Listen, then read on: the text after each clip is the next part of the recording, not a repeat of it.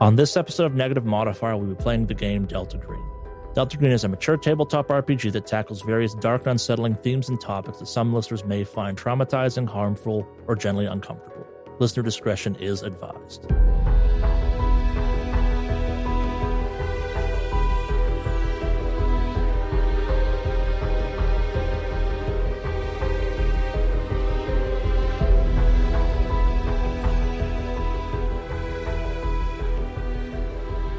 To kind of set the scene, Agent Sanguine, you are roaming the house at this point. Agent Snail, you have recently regained consciousness on the couch. You've had a bit of a revelation about the nature of this house, that, like, however monstrous Skip Mills became, there was a little bit of human rational thoughts somewhere in there type of thing buried amongst all of this weird kind of sexual fugue state he found himself in. And Agent Star, you have found a body.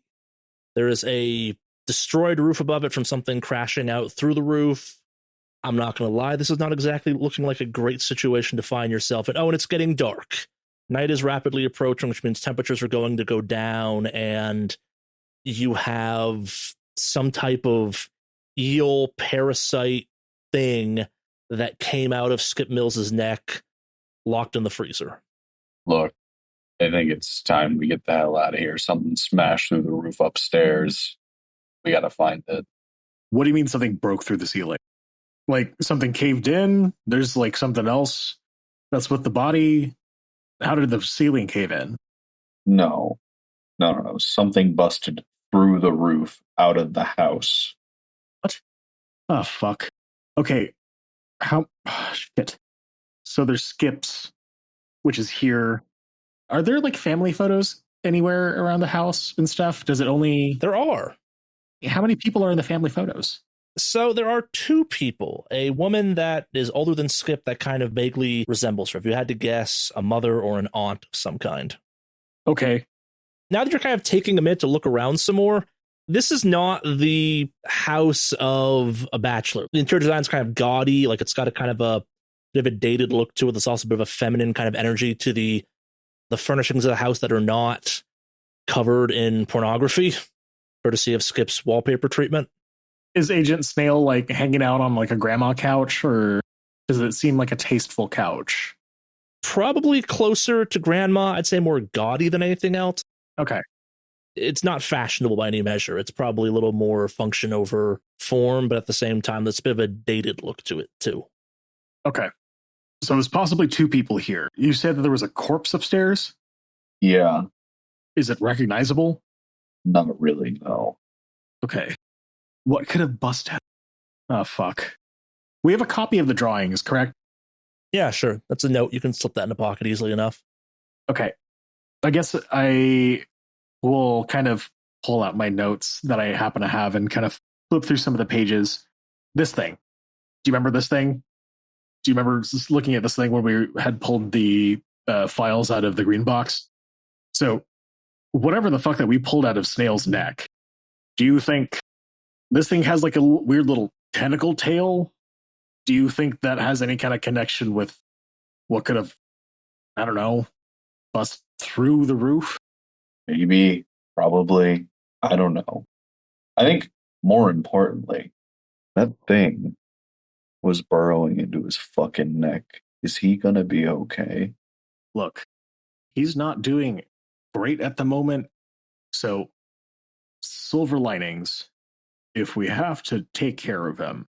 I mean, have you looked, like, does he look fine? Where it was trying to burrow in? You know what? I haven't had a chance yet, just because I didn't want to prod around. When I was extracting that thing, I cut a little too deep. He almost bled out. I think giving him a little bit of time to get a little bit of constitution back should give us a little bit more leeway, just in case if I aggravate that neck wound even more. But keep an eye on him, just because if he starts freaking out, or either violently or sexually, I think we need to call it. Look, I don't want to fucking kill the guy. All right, but I want to make sure that he's going to be fine. And it's your job to make sure he's going to be fine. Okay, and if he's not going to be fine, then we'll figure out what to do. I don't want him turning into another fucking Skip Mills while we're out in the field. Let's take it in steps.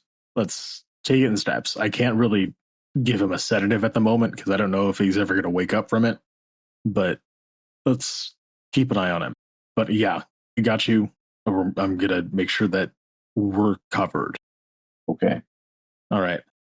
Okay, order of operations. I can't think about that fucking hole in the ceiling at the moment, but we need to get this refrigerator into a car. We need to get Snail into a car, and we need to burn this place down. Only Sand has looked at the body yet. Like, you are the doctor.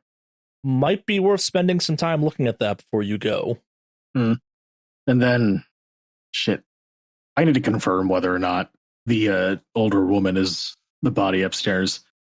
Help me with this. How gnarly should I expect? Am I going to be looking at ground meat when I go upstairs? Am I going to be looking at like a pincushion? What's going on? It's a dead body and it looks like something ripped out of her chest. You could have opened up with that detail first, and I rush upstairs. Wouldn't be so excited. So I want to rush upstairs cursing as I'm hoofing it, and I want to examine the body. All right, so you're going to kind of do a full examination on this? Yes. I would imagine I've got some time. Yeah, you got no time pressure right now. So yeah, I was going to say we'll cover the things that as a doctor you notice pretty damn quickly on this thing. So the body is definitely a woman. You'd guess kind of just based on looking at it that, yeah, it's probably Skip Mills' mom. The age roughly lines up with that context in mind. Everything about this body doesn't make any sense. The wound kind of definitely came from inside. The skin is splayed out, but also there's like an egg-like hardening of the dermis, and that's sure as hell weird. It's also bloated. She exploded, like, as best you can tell. Like, whatever happened ripped her open, but also she was completely exsanguinated before that explosion happened. Shit, okay. And now that you're doing that, give me a sand check at +20 because you were warned about this and you had a chance to kind of collect yourself before you dove into this. Sand check. We are looking at a 98% failure. I almost hit that 99. Oof. Oh. Good news. Only 1 point of sand damage from violence on this one. Like, this is not normal. Like, and you're digging up in this thing's meat. Like, it's very unsettling kind of getting this close with whatever the hell happened. Like, again, it's like something exploded out from inside the body. And as you're kind of going over what remains of it, you notice a couple things. Of the many kind of things you've noticed so far on this thing, like it's exploded, it got exsanguinated, like all that is kind of relatively surface level to a certain extent. As you're more methodically going over this, kind of keeping it together as best you can, you realize that there is very obviously a 4-pronged puncture wound that very eerily matches the one you saw back at the morgue on the John Doe. It also, and you'd have to maybe go check, or you're not 100% sure, matches the thing you locked in the freezer pretty aggressively. Oh, shit. So I want to start palpitating the body for puncture wounds and see if it oozes any kind of orange. I know that the body's been exsanguined, but I want to see if there's any fluids left. There is not. Like, it has been completely exsanguined. Okay. But kind of going back to the impossibilities of this, like, it's weird. Like, that does not make a lot of sense. Like, you're right. There should be some blood. There should be some liquid. There should be something. And there's no really kind of any wet marks around the body or anything else like that. I did not say that. There are several bloody handprints kind of on the bed around the body. On the bed around the body. Do they match the corpse's body on the ground? Actually, do I see the corpse's face? Is it still intact? It's very bloated. It's weird. Like, it's gone through a process of bloating. Like, it's not been destroyed, I guess that's what you're asking. But on the topic of the bloody handprints, they're most definitely not human. They are vaguely primate, but definitely not human. And they maybe seem to kind of end in claws. Now that you're kind of looking around more, you see claw marks on the walls. that kind of lead up to the hole in the ceiling.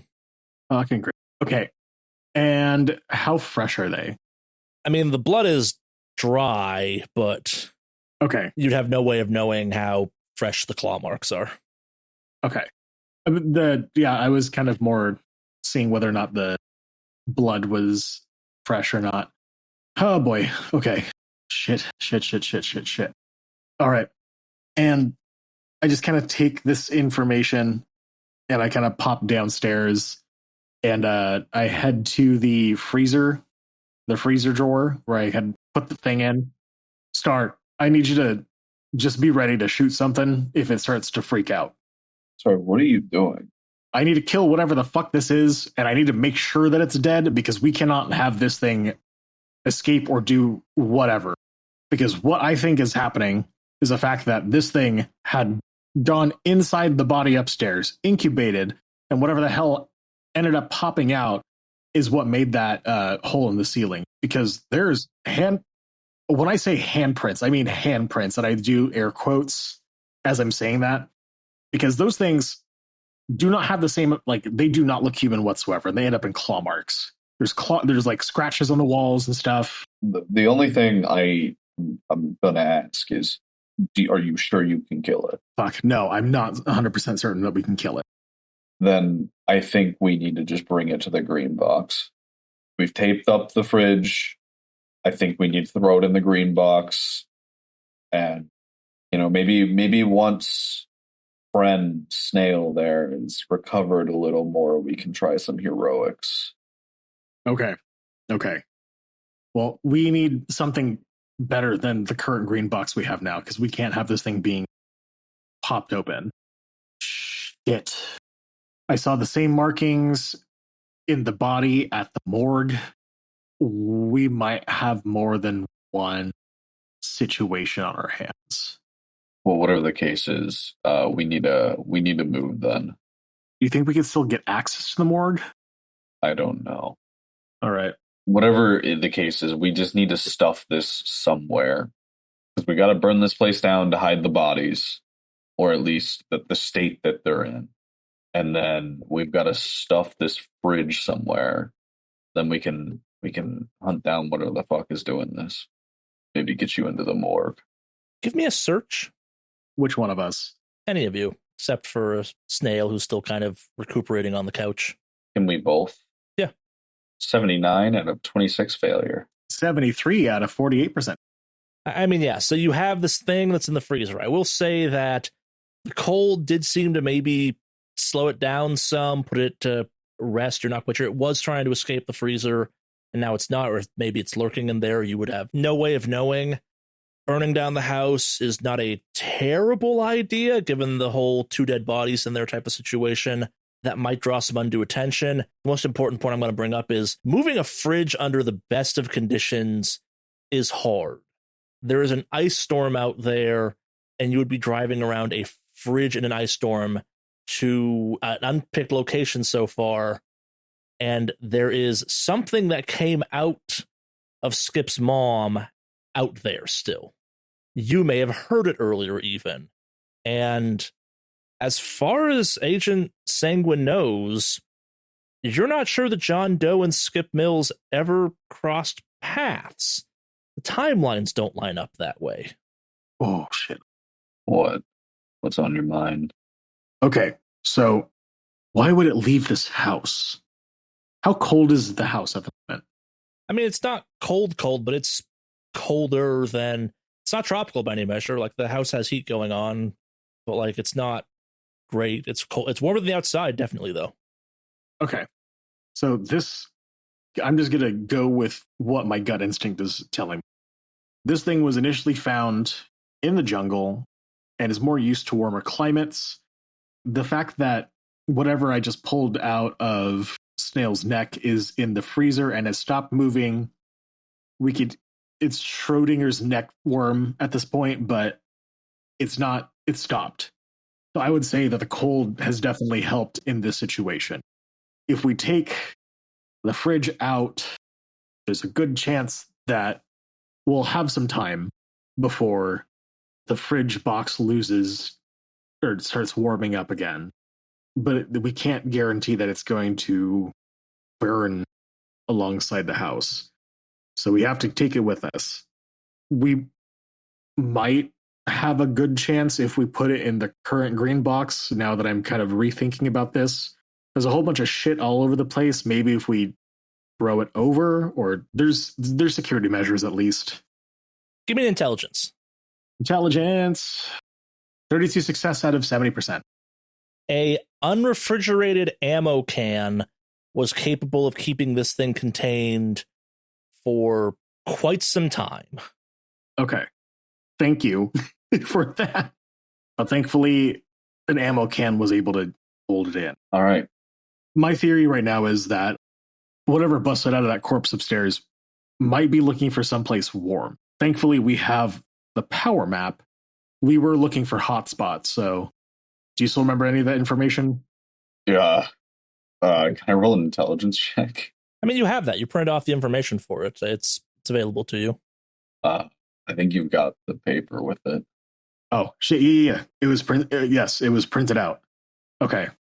Let's get the fridge in the car. Let's get the fridge in the car.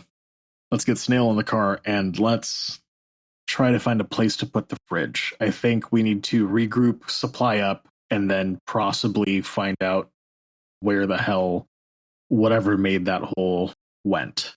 Does that sound like a solid plan, or what ideas do you have? That sounds like a good idea. I'm going to step outside really fast. I'm going to see if this thing, if any tracks are still visible. They might not be, but I'm going to take a look. I mean, they're probably not, if I'm being honest. But maybe we'll be lucky. All right, so you're outside. Give me a search. Could I give you a survival check? Nah, because you're looking for something, I guess. Survival may come into play a little bit later. 36% failure. I mean, you see marks that might be from this thing, or just might be wear and tear on the house. You're not seeing anything on the ground, but you are seeing plenty of power lines. All right. Just head back inside. All right. I have a theory. If you remember where the power is on, because it doesn't like the cold, I bet it's looking for somewhere warm. Yeah. What about it? I bet it's going to those places that still have power. I kind of reference the list that we have, or just the printout that we have. What is the closest? I guess what house is using the most power around that's closest to us, or if there's a place that's using up a lot of power at the moment? We talked about this before. Like, staying warm does not necessarily mean more power necessarily. Okay. But most of this area is powered and whatnot, correct? Because like I did just shove it into the freezer. Yeah, it's the house has power. Like, there is power in the area. I will give you that the next closest house that has power is 1824 West Ambrosia Street, which is also within kind of a radius that makes sense for where the John Doe was found in the phone booth. I think we got a hit, which is, hold up. And I cross-referenced some addresses that I happen to have. Well, sucks to be us. This is the same, well, not same, but this is around the phone booth that the John Doe ended up being found at. So we think, oh, sweet Jesus, I hope it's not a nest. You've got a gun. I've got a gun. Snail's got a gun. And that's it? We don't really have very much else? Do we need anything else? Was hoping for it. Fuck me. Okay. Is there a dolly in the house? Can I look for a dolly to help move this fridge? Yeah, if you're just looking to move the fridge, like, with enough time, you can find stuff for that. I will say that Skip Mills is a man who does physical labor and stuff like that. He might have tools that could be improvised into weapons or something like that. You also could go back to that equipment truck you borrowed that then crashed. That might have something that would be used as a weapon there. Can I look for like a wood cutting axe? Yeah. Yeah, so give me a search. Give you a plus 20 on that. That's 42% success. All right, so you find a variety of things that could be improvised weapons. You find some kitchen knives, like nothing amazing, except that you definitely find a wood axe. More importantly, kind of stashed in the garage of this house is a chainsaw. Oh boy. I'm going to pick up the chainsaw and the axe and walk back inside. All right. Look what I found. How is any of that going to help move this? This ain't for moving a fridge. Oh, hell yes. Do you mind if I take the axe?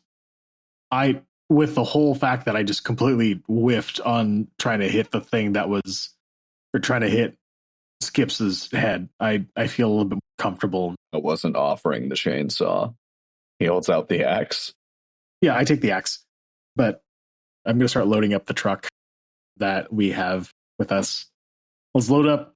Let's see if we can pick up anything from the equipment truck. Are we leaving the fridge here until we're done? No, we gotta burn this house. All right. Look, do you got anything you can, stab in the leg a snail, wake him up, get his blood pumping? I was only able to kind of take some bottles with me. I'm pretty sure if we head into the equipment truck, I could see if there's any kind of extra medical or first aid kits or anything else like that. I don't know if exactly adrenaline is going to be the most effective thing right now, especially because that will wear off and that will make him crash. We kind of just need him operational at this point. All right. Well, let me see if I could rouse him. All right. I mean, he's awake. He is conscious. He's just not doing great. Hey, Snail. How are you doing? As good as can be, I guess. All right. We are going to torch the house, so I need you out of it. We have a car. Obviously, you're not driving. So if you can get yourself into a comfortable position, so that way you can kind of rest up and whatnot. We have some errands to run, and we're going to have to possibly hit you with some adrenaline when we need it. If we can find it, if we can have access to it. Just because I've got some bad news. I really only have bad news. There's a corpse upstairs that kind of blew up. Not really blew up in the sense of it's ground meat all over the place, but you ever see Alien? Heard the chest blew up, and whatever blew up out of the chest blew up out of the house. There's a giant ass hole in the house. I'm pretty sure whatever that thing is going to look like the thing that was written in the notes. We'll go over more details or whatever the heck, but can you fire a gun? I'll try my best, but I'm not exactly in the best shape I've been in a while. Yeah, I realize that. So I gave you those Vicodins. Don't overdo them. You're not in the best possible way to kind of, I would say, handle that. I'm gonna hold up. I pop into the kitchen and I only kind of shut off the fridge or tape the freezer shut. Is the fridge stocked? Is there anything in the fridge? What are you looking for, I guess? Juice? I mean, yeah, probably. Okay. I feel like old ladies would have juice. Yeah. I guess what are you trying to do with it? I'm going to give a snail a juice box and tell him to get in the car. Maybe not a juice box, but yeah, there's probably something drink-like in there you can give them. All right. Drink this. It'll help just kind of hopefully get your blood pumping. And we'll take care of you, all right? Let me know if you're feeling any kind of weird or anything else like that, yeah? Yeah, I'll let you know. Cool. So we load up Skips' truck? Yeah, this all takes some time. Like you get the fridge on there eventually. Like it is definitely night by the time you're ready to go, though, at this point, though, too. So where are you going at this point? So my initial plan was to drop off the fridge, but I don't know if that's going to be a good idea now. But at the same time, we have hotel rooms, correct? No. It's only been a day. Yep. This is all one day still. Actually, with that in mind, give me an intelligence check. Any of us, or just sanguine? Any of you. All of you. 34% success. 26 out of 55 success. 40 out of 45% success. All right. So as you're pulling out into the night, a couple things occur to you. This thing's attracted to heat. You've kind of already established that. So you have a rough idea where to go. There's not that many big heat sources in the town right now. Oh. One of them is probably where the most people are gathered as kind of relief efforts. So anyone who's been displaced is probably like at a gymnasium or a large gathering area, and that'll be a big heat source hypothetically. And you have no idea how many of these things are or aren't out there, or really how these things are made, or so far as best you can tell, the slug-like thing is part of something, but you actually haven't seen how that works or what it does or anything like that. Two things. Before we leave, Charlie, can I make sure that this chainsaw has fuel in it? Oh yeah, that has fuel. I'm not going to do that to you.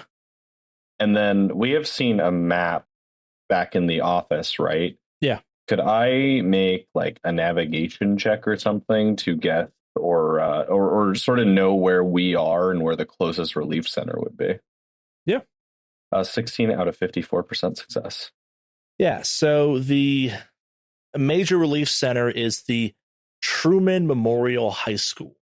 And you'd have seen kind of as part of the paperwork when you first showed up that the entire building is being run off of generators. Like, it's pumping out a lot of heat. It's a refuge spot. Like, it's where anyone without power is going to, hypothetically. We need to go to that high school. Wait, the refuge center? Why are we going to the high school? The heat. People. It's attracted to heat. But you also kind of maybe need to go to 1824 West Ambrosia Street, too. Which one's closer? 1824 West Ambrosia Street, definitely. Why don't we go hit 1824 West Ambrosia first, then the high school? All right. Yeah, that's probably a good idea. Let's make sure that the next closest power is clear, or if anything else. If it's attracted to heat, is setting this house on fire right now the best thing? Actually, if it is not the best thing, can we make it the best thing? And can we booby trap it? Well, we probably shouldn't be booby trapping it. If there's a fire, there's going to be a response from the relief center.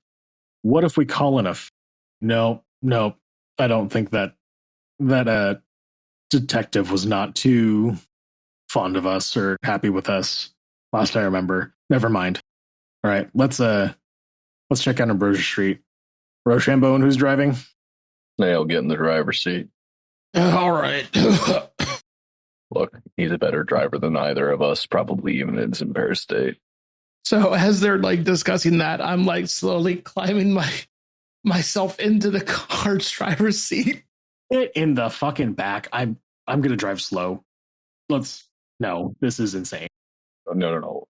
He drives. He's a driver. You've seen it. I watched him. You jumped out of the car. I watched him, experienced him actually driving. Do you think you'll do better? So as they're going back and forth, I interrupt and chime in. Look, if for whatever reason the car goes out of whack, you're in the driver's seat, it's harder for you to get out. Better chance of bailing out, not in the driver's seat. Let me go down with the damn ship if that's the case. Or in this case, the car. This is insane. I can't believe this was happening. Okay, sure. And I get in the back. Good enough for me. I'll ride in the bed with the bridge. All right, never mind then. I'm going to be in passenger side. Just make sure that you're going to be all right. All right, Snail. Sanguine, give me your jacket. Oh, yeah, sure. Toss him the jacket. I'm going to double up on jackets. All right. Snail, give me a drive check. I'll give you a +20 if you're driving slow and kind of cautiously. All right. I was just going to ask if I can get a little bit extra there on that, but okay. You said +20? Yeah. All right. This fumbles. Whew. 39 out of 56 with a modified 20 additional success. Hell yes. All right. So it is slow going as you cautiously make your way to 1824 at West Ambrosia Street. It is most definitely night. The temperature has dropped. What few street lamps are working right now attempt to kind of banish the gloom. Not a lot of light sources out here. Like, you can now see which houses have power by like maybe a glow, and 1824 West Ambrosia Street is definitely a glow as you approach it. It's an older house. It's a century-old house that's been converted, as best you can tell, into a rental property of some kind. It's nice enough. It's got a porch. It's got a yard behind it that's spacious enough that you can park cars in if you so wish. Was a house at one point, so you can kind of see where someone's put maybe an extra door or two to kind of turn it into apartments. But yeah. How far are we away from it? Moment. How far do you want to be, I guess? Like, you can be 10 feet, you can be 100 feet. I wanted to look to see if there was any kind of signs of movement or life. Like, looking through the windows, like, is it, like, curtained? Is it... It is curtained.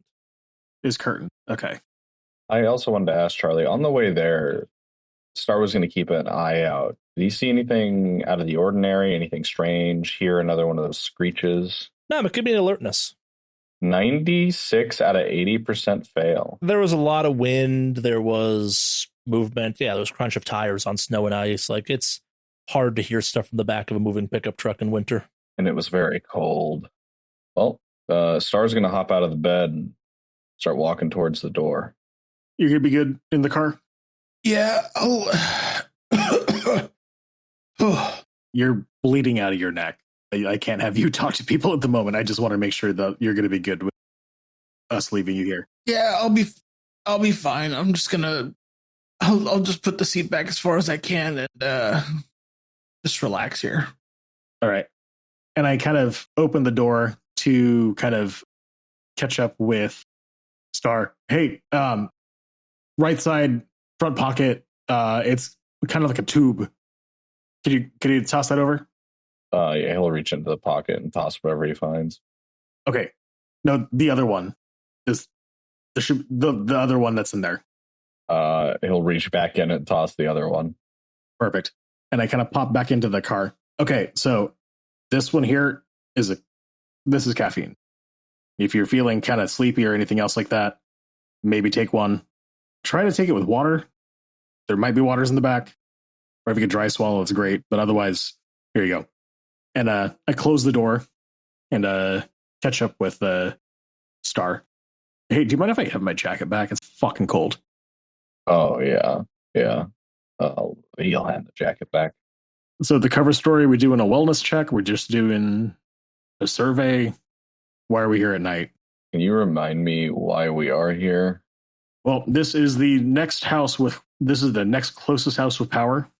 And yeah, we're just checking on the occupants. We'll tell them that we want them to go to one of the relief centers. Plan shutdown, conserving and rerouting power, so that way we can make sure that the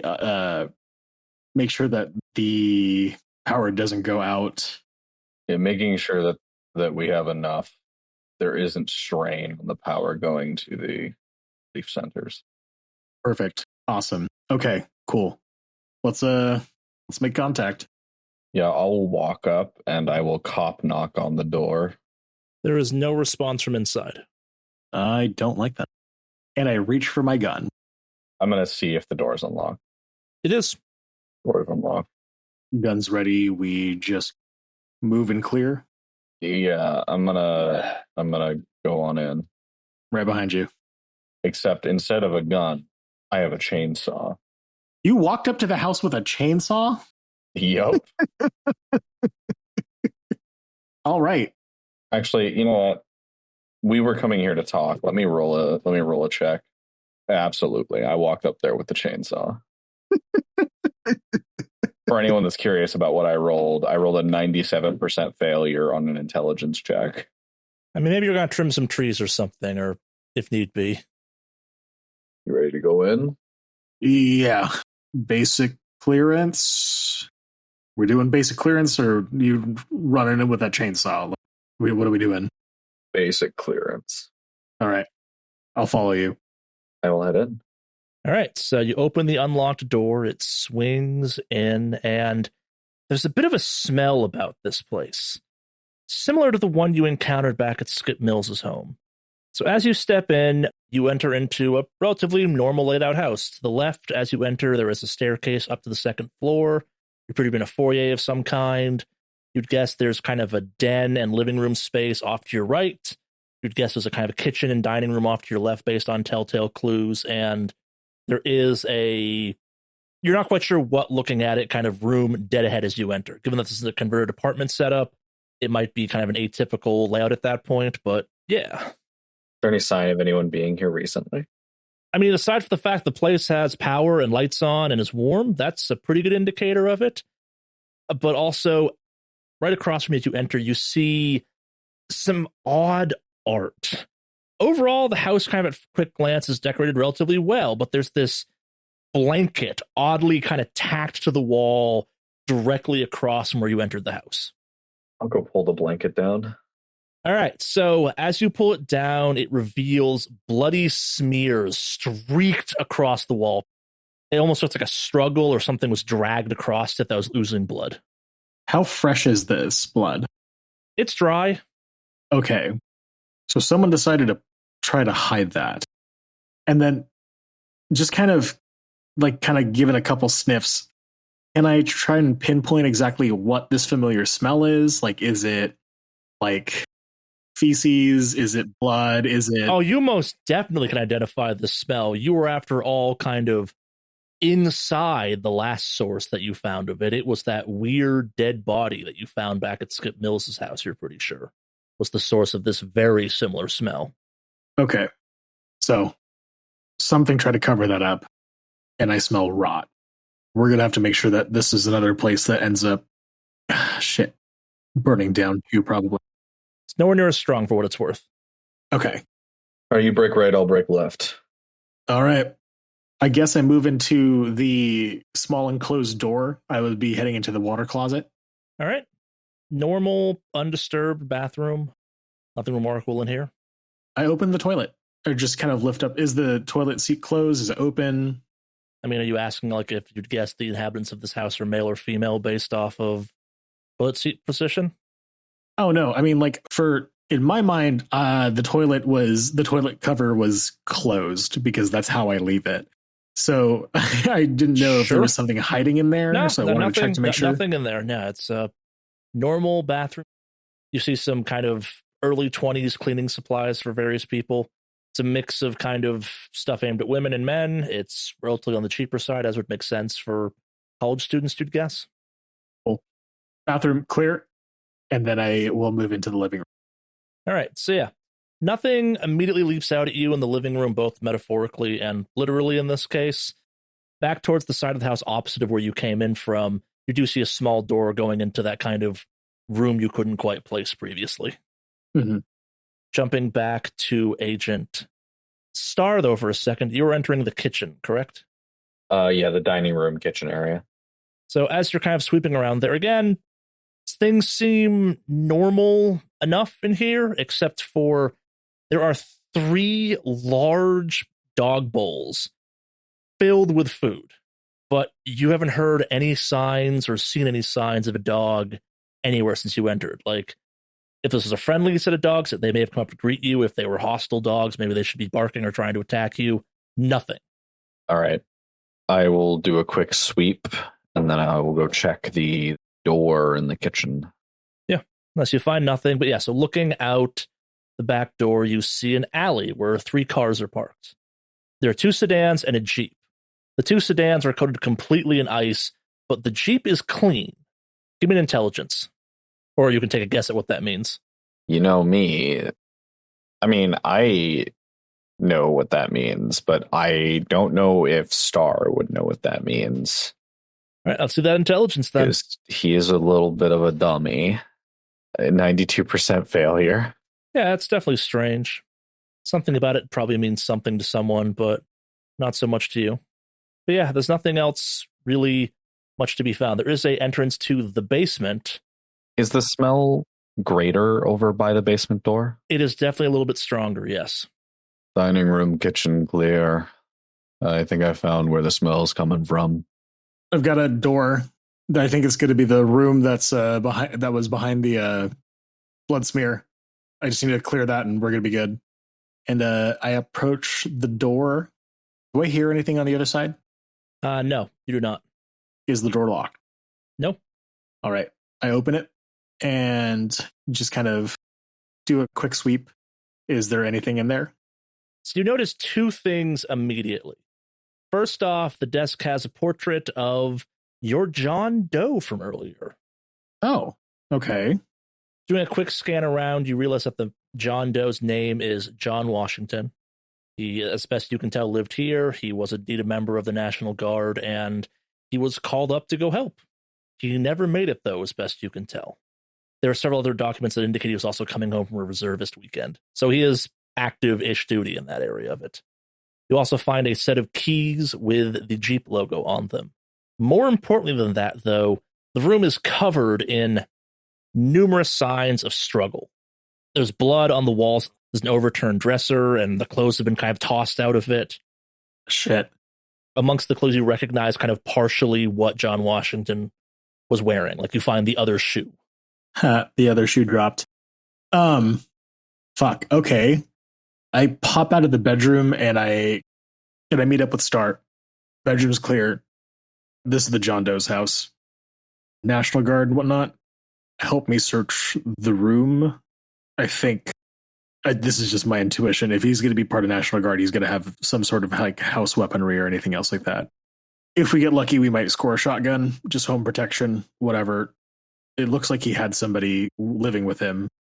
And if this is the John Doe, then I may or may not know what that smell of the rot was. All right, let's go take a look. Can we case and search John Washington's bedroom? Yeah, you can do a search on it. Give me a search. 84% failure. Got a 47 out of 51% success on that search. The bad news is you do not find any weapons. National Guardsmen typically don't exactly have either the money or kind of access to that type of stuff. They are National Guardsmen, after all. On top of this is a reservist. The good news is you don't find anything bad either. Like, it's all pretty mundane stuff. As best you can tell, John Washington was, by all measures, normal. Does he happen to have like does he keep like a bat next to his bed for Sure, that you can probably find, yeah. Hey, look at this. Here. Snail needs something if he gets back into a fight. That's probably going to be a good thing, especially if his only means of defense is a gun in the state. Are you going to be cool here if I run this over to him? We're going down to the basement.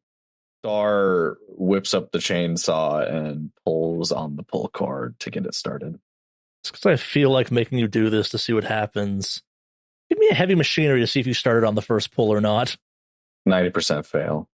I mean, yeah, it's a great pull, but like no one starts a chainsaw on the first pull. But after a few slightly more embarrassed, hastier pulls, you get the thing up and running and it revs successfully. The basement from the top of the stairs is dark, but you do maybe see a light switch at the bottom of the stairs.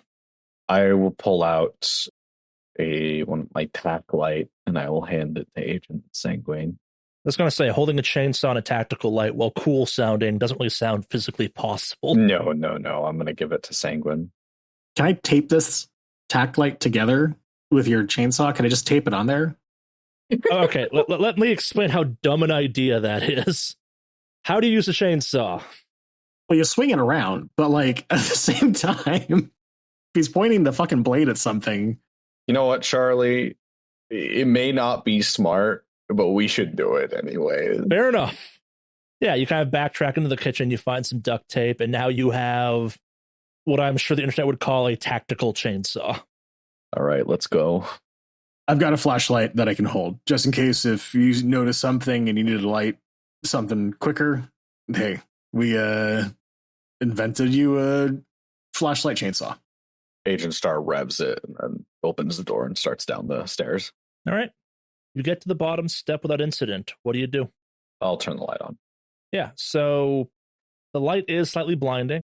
Unprotected incandescent light bulb flares to life in the bottom of the basement, and what you immediately see is maybe what you're expecting, but still not great. Lying across the room from you is a bloated body. Unlike the previous one you saw in the state, though, this one is not burst yet. Like, it's inflated almost. Like, its chest and abdomen cavity are almost like a balloon, and you can see something ever so gently moving inside of it. Give me a sand check. 42% success. 37% success. All right, so you take no sand damage as you stare at a woman's face. caught in a death mask of terror. She's slowly leaking that same strange orange fluid from her eyes and several cuts and wounds from her nose. You're not quite sure what's going on, but this is straight out of some horror movie. Would any of you have kids? Yeah. This is a macabre version of kind of what it would feel like to have a child moving below your partner's kind of belly, basically, kind of that you could feel the handprint and stuff like that, kind of feel the kick. This is that, but larger and sinister, like almost like something slithering below the skin or kind of slowly trying to push its way out. I guess, like, do you want to kind of approach the body and inspect the room some? Yeah. As you approach the body, you see a toolbox on the floor, and behind the body, you see a variety of kind of like the connections for a washer dryer and pipes and whatnot, and none of it's busted. Give me an intelligence. That's incredible. A 13% success. Oh my God. 36% success on my end too. All right, so looking at this, you kind of piece together the context clues. There's a toolbox here, but as best you can tell, nothing is broken, which means maybe this person was lured here, tricked here. Like, there's no reason, as best you can tell, for the toolbox to be here. There's no obvious signs of damage. There's no obvious signs of something needing to be repaired. And kind of as you're realizing this, you notice that behind you, on the wall, alongside the stairs you came in, off in one corner, you see the basement cellar doors. And they have been kind of partially ripped open, partially bashed open. You see claw marks through the metal of them. And yeah, something forced its way down here. And along kind of the jagged hole that was ripped into this thing, you see some grayish flesh hanging off of the more sharp parts. Whatever did this, though, was strong and ferocious, and you'd guess probably something animalistic. All right. Give me a hand with this, Sanguine. What are we doing with it?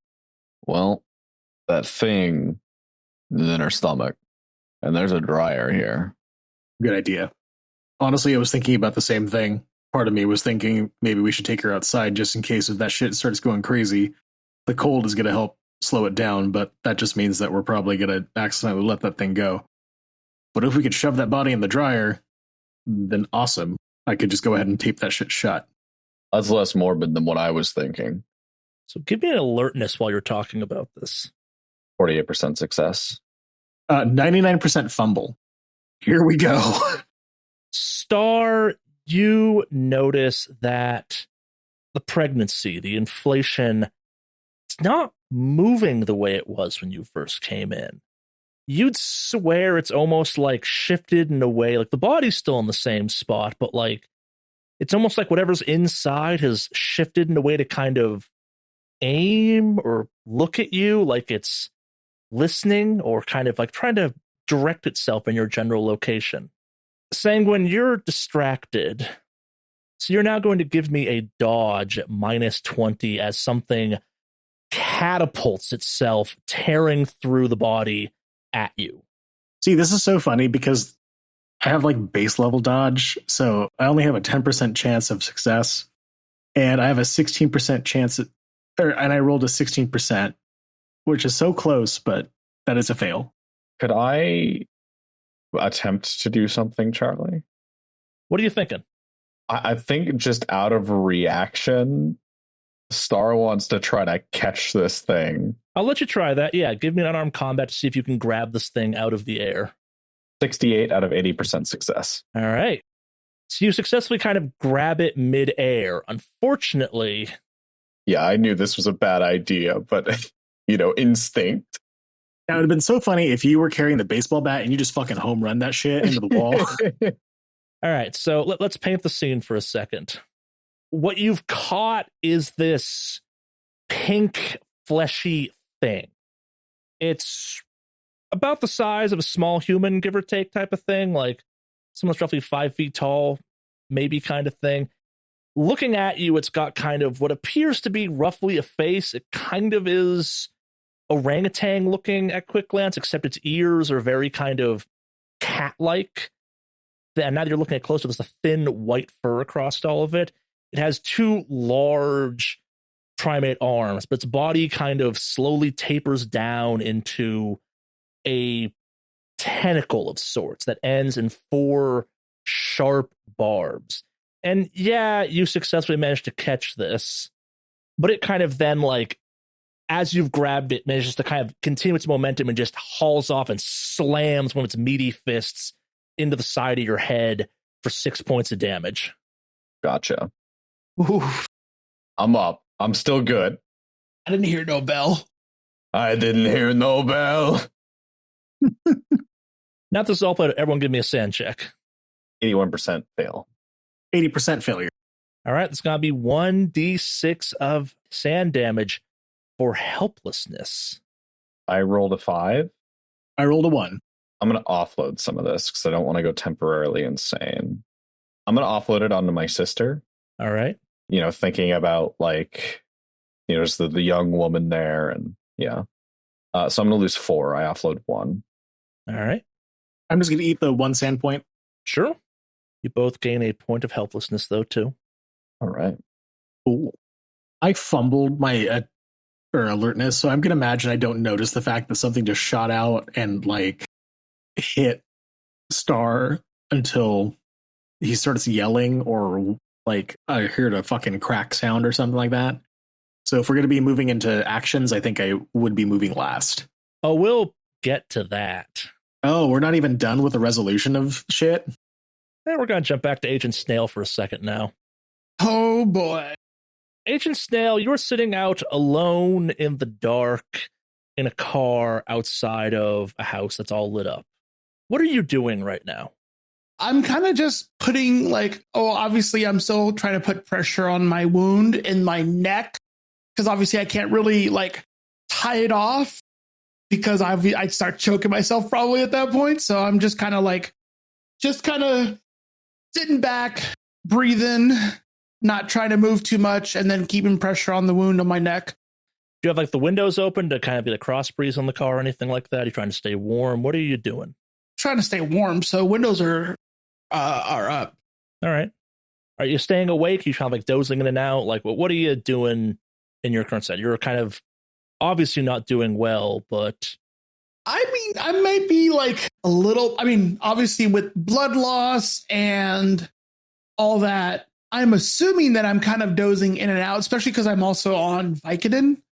I'm assuming all these factors play into effect, and I'm just kind of like, I may be fighting to stay awake, but I'm also definitely, like, it's a struggle to stay awake, I will say. It feels like, at least the way I'm picturing it. And I don't know if it makes sense from a game standpoint, but yeah. Yeah, I agree with that. All right, so with all that in mind, give me a POW check. POW check. You got it. 31 out of 75 success. Yeah, so you're kind of fighting to stay awake. So give me an alertness at -20. Alertness at -20? Yeah. Okay. You're full of painkillers and pain. 95 out of 50 with a modified -20 failure. You swear for a split second you see something kind of moving across, like, the roof line or something, but it could just be the wind blowing snow or just, like, maybe a tree moving or something. Give me another POW check. Right? POW check it is.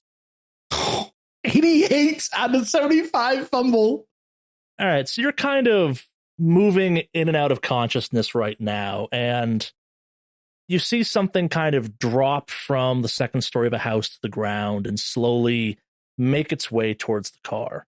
As it gets closer and kind of enters the light of the car, I'm assuming you have the headlights on, you see it's a humanoidish pink thing that has large, massive arms, kind of simian face, but, like, weirdly cat-like ears, but also just a circular mouth, a leech-like mouth full of hooked teeth.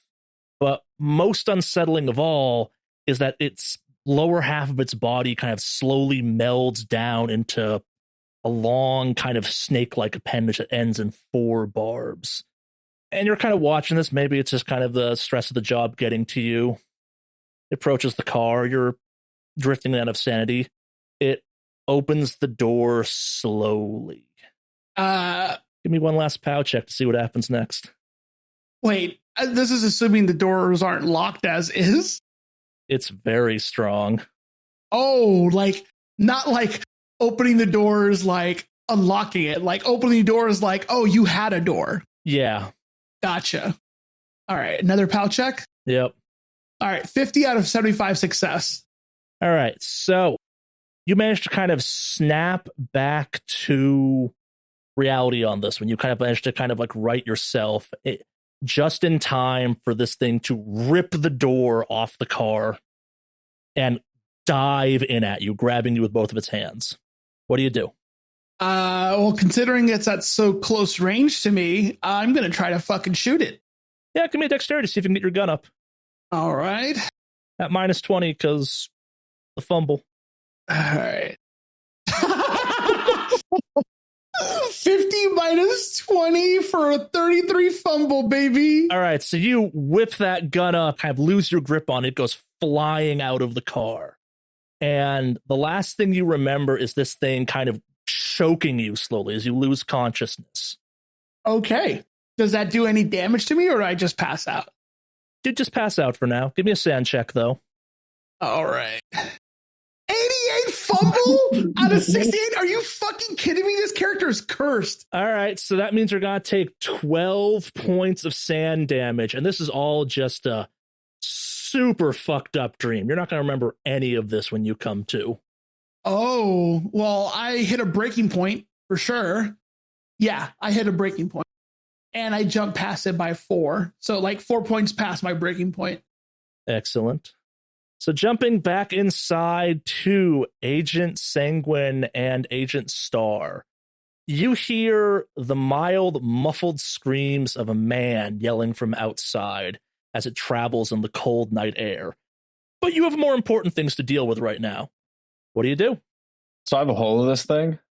You're kind of in a clinch. Neither of you has control of the situation, but neither of you also doesn't have control of the other at this point. You're definitely kind of entangled with each other.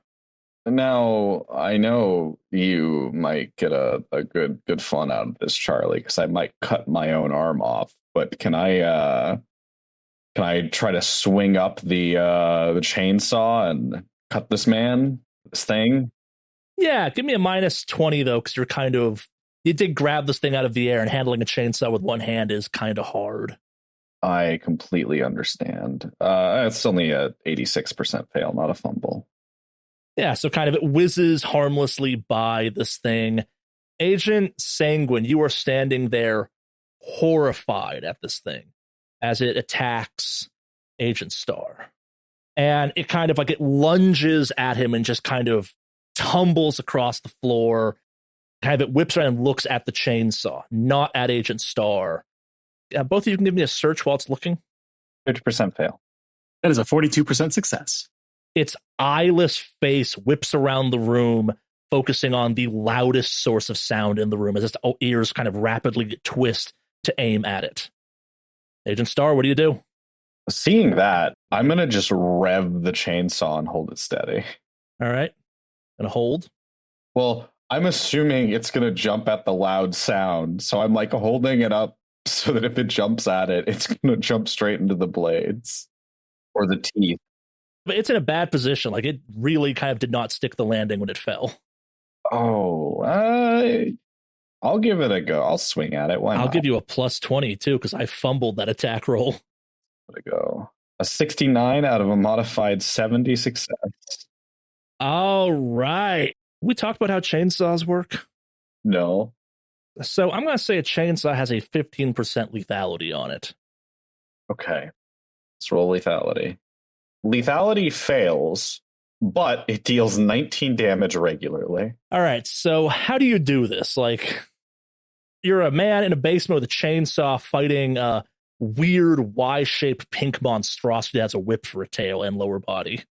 I think Agent Star has been like punched in the face and he's got like blood pouring from his busted lip. And he revs up the chainsaw and he says, "Come on, motherfucker," and takes a step forward and just takes it like almost swings it like a baseball bat and tries to cleave this thing in two. Yeah, so chainsaw makes contact with this thing, and maybe it's the fact that it's recently born, but this chainsaw just rips this thing in half, cleaving it kind of from its left shoulder across its abdomen, kind of just in two gory, chunky pieces. They kind of fall as you're tearing through it. Fuck. Do you hear the yell outside? Star says as he starts moving towards the ripped open cellar doors. Yeah, I think that was Snail. Shit, we shouldn't have left him by himself. Hold up. They're blind. They hear by sound. Do you think if we... Look, he just screamed. I don't think we have time to chat. Let's go. Fuck, okay. Can I open the fucked up doors? Did they try to, like, seal it or anything? What's up with the cellar doors? I mean, they're pretty badly damaged. Like, what are you trying to do? Can they open? Can I, like, kick them out? Oh, you're trying to just open it. You're pushing it out open? Yeah, pushing it out open. Oh, yeah, that's totally doable. Okay, cool. So I push them open, and I take a quick look around. I mean, yeah, it's just the cold outdoor world of La Fontaine at that point. All right. I make my way to the car, but I don't immediately go up to the driver's side window. I just kind of have a safe distance, pointing my gun at it. Star is like full on sprinting over there. All right, give me athletics. 5% out of 80% success. 37% failure. Yeah, so Star fucking takes off. Sanguine, you get up the stairs. It's been a jarring last couple minutes type of thing.